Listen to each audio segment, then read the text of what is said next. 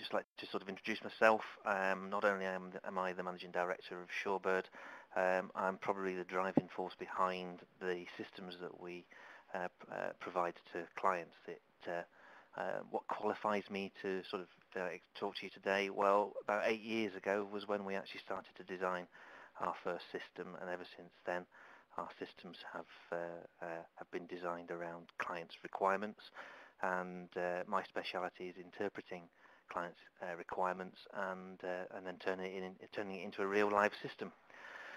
So what I want to take you through today about applicant tracking systems is essentially what one is and who needs one, what does it do for you, and what should it do for your applicants. And then if you decide then that you wanted an applicant tracking system and you've then found a suitable vendor, some tips for implementation, because that's always the bit that is the nitty-gritty. So quickly sort of explained, what is an applicant tracking system? I think it's an online system designed to automate, track and manage the flow of applicants into your organisation. There's lots of definitions out there, but I think, and lots of people will put a different spin on it, but essentially that's how I see it. So who needs an applicant tracking system? Well, I've put lots of little parts up there as regards to people, what they should, why they should be looking at it. But realistically, recruiting staff can be any reason. It could be a volume recruitment requirement. It could be that it could be anybody, even 50 plus staff. Essentially, it's designed around organising and speeding the process up. The bottom line on an applicant tracking system is, if you're using an Excel spreadsheet to track what's going on, and you're using forms for recruitment decisions, you need an applicant tracking system, because you're spending far too much time on administration. If you have lots of sources of where your applications are going to come from, so you might be advertising on job boards, you may have jobs on your website, and you might be using recruitment agencies. You've got lots of different places all coming into, and if you haven't got one source for that to all come into, it gets a little bit tricky. Mistakes will happen, particularly obviously when if you're using agencies, and that could then be costly. So the idea of an applicant tracking system, and people should be looking at them really to streamline processes and reduce your administration. So how should a system work? So I've simplified the process, turned it into a little bit of a wheel. Do apologise to a degree of the quality of the graphic, but if we start right up at the top at 12 o'clock as if it was a clock, the process should work that you actually have a vacancy, and then within that sort of process, then this is where your tracking system should be designed around your process. So simply put, I've turned around now and said, you need a vacancy. Do you use a form? Now then, if you're using a form, that could be used to speed up the process. The next one round at 2 o'clock, we have broadcast the vacancy. Now, that's simply the case. Simply put, you're going to post it out to wherever. It could go onto your career site, it could go onto intranet and social media sites. That's everything to do for free. And then thereafter, then you could be broadcasting it to job boards and agencies. So that's what an ATS needs to be able to do. We're streamlining processes here. At 3 o'clock, the graphic there is the applicants. So in terms of the application process, do you use an application form? So you then consider how that's got to be interpreted into the system. If people are applying with CVs, obviously then they're going to have to ask questions as well to help you screen people. So it's this sort of process that all the people are going to start to come in. At sort of 4 o'clock, we then have shortlist, where we can see all the icons of CVs. That's one of the stages of the workflow. So there's lots of other stages that people are going to be involved in. So that's one stage there. Who's going to do the shortlisting? And then at 6 o'clock, we have interviews. Now, that can be a section that consumes a lot of time in an organisation, managing people's diaries, going to applicants. How should an applicant tracking system help you on the interview side? As we then come around now at 7 o'clock, we have the offer stage. How do you do your offer stage? A good ATS should be able to do that for you. Do you need to? Have you got an HR system to do it? 9 o'clock, we then have vetting, references, before it obviously gets fired into into an HR system.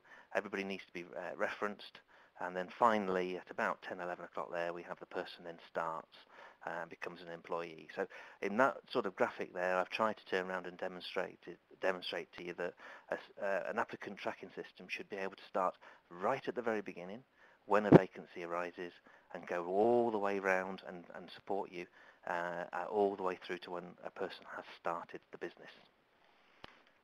Now, every applicant tracking system has lots of features, and I've listed some of the pertinent ones that, from our side of things, literally as I was just saying there, authorisation to hire, all the way down through to reporting. The one thing you have to bear in mind about features is you have to pick out the ones that are going to be essential to you. Bear in mind this is all about time saving. So the features that you're looking for from a system, you should be putting into a list sort of essential and desirable. They're here to save time. So if you, as I was saying earlier, if you have a form for an approval to be made, an applicant tracking system should encompass that. So that form should go online. You need to look at it for the toing and froing of all the interview slots and how an applicant tracking system can do that. What you have to look at is that every feature should have an advantage and a benefit. So whilst that is the case, you have to then sit back and look at it to how that would benefit you and your organisation. I'm just going to pick on one particular feature, recruitment agency module. So the reason that lots of tracking systems do have that, so that's a nice feature, and obviously the advantage to you is that it's not they're not going, all the CVs aren't going through to the line manager. But you have to then consider how that fits into your process. So for example, if you're an organisation that has an application form at the beginning, by allowing an agency to submit their CV and not complete the application form, firstly, you're treating the direct people that come to you unfairly, because they have to take the time to engage with your brand and fill out your application form.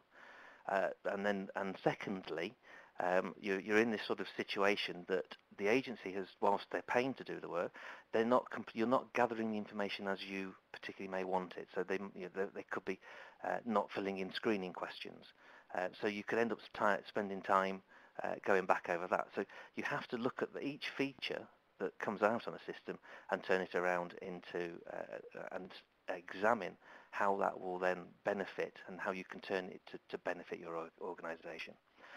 Looking at another one there, we've got to integrate with Outlook. I've also put Gmail because the Gmail is up and rising. But if you're an organisation that do use Gmail, and even if you've got people in your organisation that use Macs, integrating with Outlook is pointless to them because they can't accept a calendar entry. So you have to actually look, as I say, at each feature within it and examine how that's going to benefit your organisation. So, quick question for you.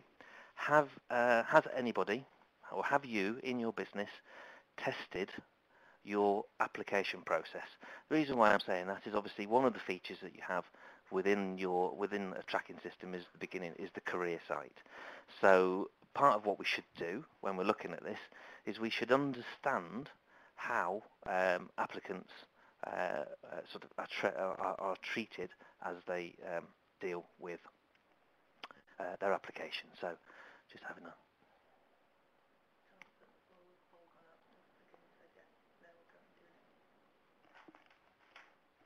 right. So I think you can see the results coming in. We can't. Oh, sorry. Just told we can't. We've got people, lots of no's and lots of people saying currently doing it. Interestingly, nobody's actually done it. That's good. That's good because that's one. Hopefully, then that's one thing you probably need to look at. From today. So, applicant experience. This is quite important because when you're designing your system, you're going to make it work for you. So you're going to sit back and you're going to have you might set up the vacancies and departmentalize the way a vacancy is put into the system, so that then when you report that back at the end, you're doing it by department. But what happens if you have, say, let's just turn around and say an administrator across 5 departments? So when you're an applicant at the front end, you have to look at you have to sort of, well, when you're an applicant, that you're going to be looking at a career site. It has to be simple for you. So you need to make it easy for people to apply. So the idea here is at the front end, in terms of search, you want to search in administration. You don't want to search on each different department to find that your business has 3 roles for administrators. Those 3 roles should be displayed at the front without the need to have to go to each department specifically. So you have to then look at it to map out the experience from the front. Secondly, we're looking at how easy is it to apply. This is in terms of application forms, questions, psychometric profiling. I've seen systems that are out in the marketplace where it would take you 45 minutes to complete an application. Some people don't want to do that. Some people want to be quick and easy, and then if they meet the criteria, then they'll complete a second stage. So you have to consider that. Once that person's made an application, what's going to happen now? How are we going to communicate with these people? How do you communicate with people even now? Look at it from that side.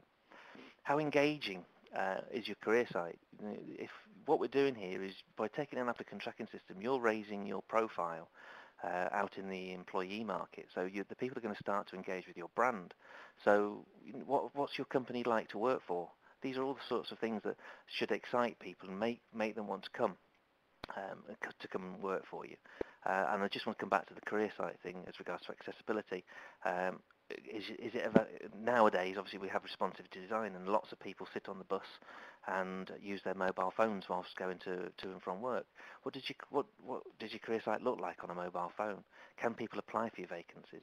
And equally, do you want people to apply for vacancies on their mobile phone? You probably do off a tablet, but if they're going to complete an application form, it's not appropriate to do that off a mobile phone. So you have to look at it from that side and gauge gauge the how easy it is and how it feels to be an applicant.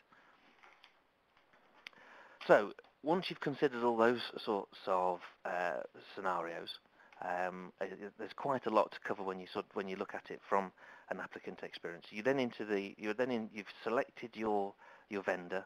You're then into sort of now the implementation part of the process. So going back to that graphic that I put up earlier with the 8 steps, you need to map out your recruitment process.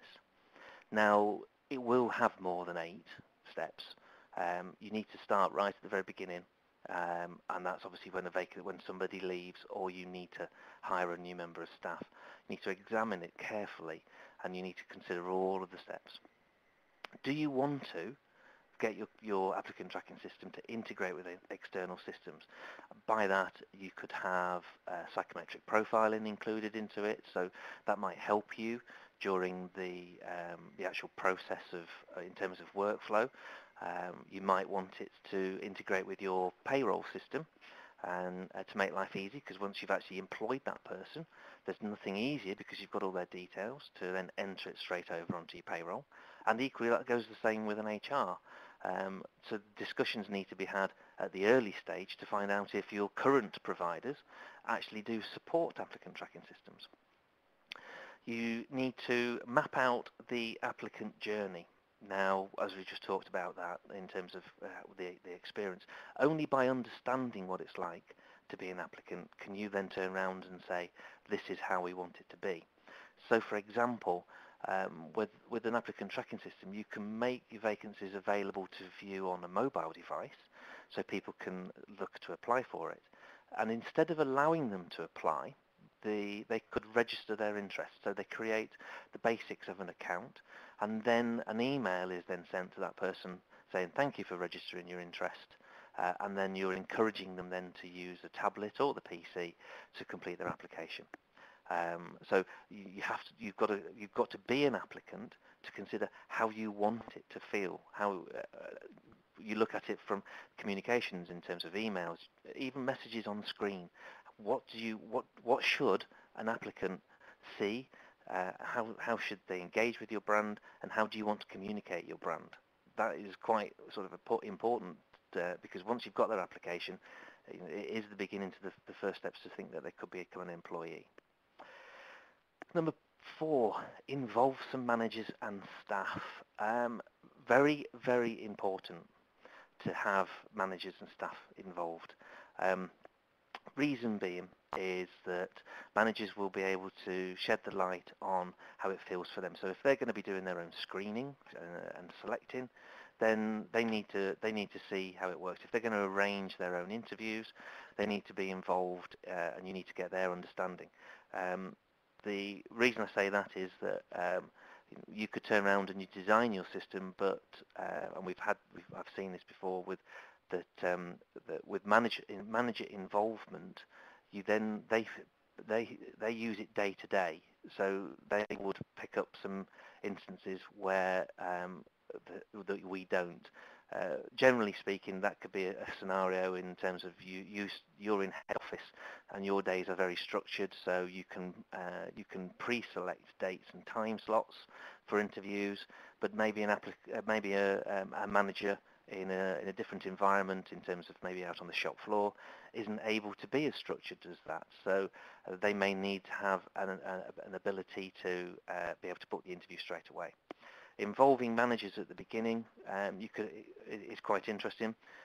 We've got an engineering client, nothing against engineers, but it was important, and it was discovered on the day of launch that the system needed to be branded for the actual client. So when they logged into the system, there was a great big Shorebird logo. All the managers logged out because they didn't think it was their system. They didn't realise it was their own.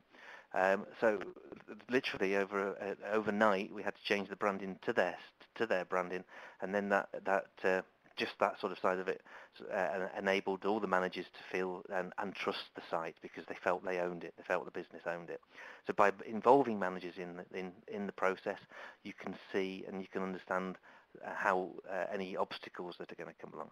Equally, by involving in staff, even people that aren't actually going to be looking at CVs, by involving them as applicants, what would it feel like for them? You're not only just looking at it from your own perspective, you're considering and you're getting a wider range of feedback to see how an applicant, how anybody applies should feel. You're getting in a wider range of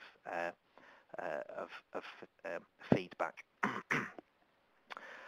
Then I've got, do you want to be involved in testing? I think everybody should be involved in testing. A system should be tested to its nth degree before it goes live, obviously. But then if you're involved in testing throughout, you could make some slight adjustments to the way things are done, because it's all right turning around mapping out the process at the beginning and saying, we need it to do this. As you go through and you're testing it and you're involved in testing it, you might discover that you need an additional stage in the workflow. You might need to have a little parking lot to put something in. So by being involved in it and working it before it gets rolled out, you're going to create the perfect system. Training. Great. Well, you have to consider a training plan here. When it's not only just for yourself, but all the people that are going to use the system, HR colleagues, but line managers. How are line managers going to do it? The training needs to be obviously at rollout, but what about ongoing training? What about new users? Or when somebody joins the business, how's the plan? How's that going to look? Because training is critical to the success of the system. If people don't know how to use it, they're not going to use it. When you come back to you involving managers and staff in the process, they become ambassadors of the tracking system. They feel that they own it, and they'll be encouraging their peers as well. So they could support. So you could have a couple of ambassadors that actually know about the applicant tracking system and how certain functions work, and they can provide training and become support people for the system. Launch and rollout. Well, launch is from the fact that when we're launching the system, that we're looking at that from sort of ability to use it to your advantage for press releases, to generate traffic. At the end of the day, the investment of an applicant tracking system and a career site is that we should be making savings on our recruitment budget. So we want to do everything that we possibly can for free. So launching it is a really good idea, particularly if you've got sort of head offices and even regional offices. Take any opportunity that you can to turn it into some free PR. You're launching your new career site and tracking system and the benefits to it. It's free. I'm sure there's loads of newspapers and even people in your marketing departments and PR consultants will tell you how to lever the launch of a career system, but do it. It's amazing. It will generate you free traffic and it'll keep out there. The rollout part of it is then the rollout in the business. How do you roll it out? If you've got recruitment agencies, how are you going to involve them? Everything you need to plan out as you're going through so that you have a strict program on it. So when you launch it, you might roll it out a day or two later to recruitment agencies or a day before. Everything, this is what I said as regards to the implementation, the planning of it is critical to the success of it. Agencies will use applicant tracking systems. They may kick and scream initially, they always do, but the bulk of recruitment agencies in today's world do use and do submit their applicants via applicant tracking systems. Do not let them put you off. But equally, they need to be communicated with and their hand held as they start to supply applications. And the final point I put on here is phase 1.1. The building of an applicant tracking system is phase 1.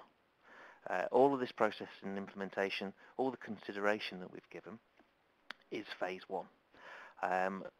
What you actually need to have is a pause, which is why I'm calling it phase 1.1, because at 3 to 6 months afterwards, and the timing is dependent upon the volume of recruiting that you do and the amount of usage the system is going to get, but you should have the ability to then make some fine-tuning to the system. This system, after all, you're going from a standing start to NASA. It's going to be amazing that you've got this thing. So it's impossible for you to consider everything and get everything right from the word go. So you do need to have a phase 1.1, a bit of a review for adjustments to take place within the system. Before the actual meeting is held, you have to get feedback from the managers and get their involvement. What do they think? You're going, a good provider is going to give you the opportunity to make this work. So you've put it out, rolled it out within the business, and some managers have some issues. Well, if we don't get it sorted quickly, they're going to become disengaged with it and reluctant to use it. So you have to have this review and get everybody on board in the business involved in the feedback. What are their thoughts? You may consider it as criticism. Bear in mind, if you're the person that's implementing this, you're going to have lived and breathed and known this system all the way through. You may consider it to be criticism, but it isn't. It's an opportunity to get it perfect. Because once you've got a perfect system, everybody in the business will use it. Everybody in the business will enjoy using it, and the business will benefit from it. But if you don't take that time, it'll disappear. The other side to it is it'll be really sort of advantageous for your own experience and your own CVs, having been in control of the design, the structuring, the implementation of a major piece of software within your business. If you're ever involved in the planning process and the implementation of it, when it actually goes live, I can genuinely tell you that how proud people feel in the business when it actually goes live. It is a fantastic moment when the switch is flicked and the system goes live. It's very nerve-wracking as well at the beginning, just to make sure everybody's using it. But the pride that everybody feels, and our client and the people that have been involved in the implementation of the systems within our clients, I can honestly tell you it's brilliant, and they do feel proud, and it obviously does save a lot of time for people. So my final part in terms of summary, before I sort of open it up for questions, is without boring you, map your processes, understand your existing processes. It's an eye-opener how much you actually do. It's not necessarily complicated. It's just that when you break it down into little tiny stages and little tiny things and an offshoot over here, you and take time to map your process out. Mapping a process isn't something you can sit down and do for in 5 minutes. It's a work in progress. You have to keep coming back to it. Map it. It's amazing what you'll see. Audit your applicant journey. Be an applicant. Don't try other people's systems because that's not unfair, but try to have a look at other people's systems. Pick the best. Look at your competitors. Look at other people. Look at random companies, Marks and Spencers. Have a look around. See what it's like for them to be on their systems as an applicant. Audit that applicant journey before you start. Understand it. Understand getting their head. To see. Ask again, by getting staff involved, you can get some feedback of good places. Involve the people in your business. They will be ambassadors of it. Plan it. You can't, obviously, without a plan, what's the saying? Fail to plan, you're planning to fail. So do plan it. But most of all, enjoy it. It's hard for me to turn around and say that, but yes, enjoy it. It is. It is a very good. It can be a very good experience. So yeah, enjoy it. So, are there any questions? Do we have any questions at all, or have I covered everything and bored you to death? So,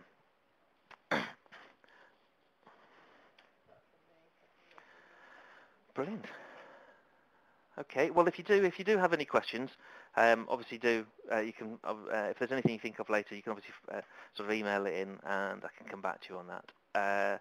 Equally, if you wanted to see the systems and for me to sort of demonstrate how they all work, obviously please let me know. From us, I can show you our system, so we cover it from that side. Yeah, if anything pops up, do let us know. All that's left for me to do now is thank you for your time, and I shall pass you back to Liz.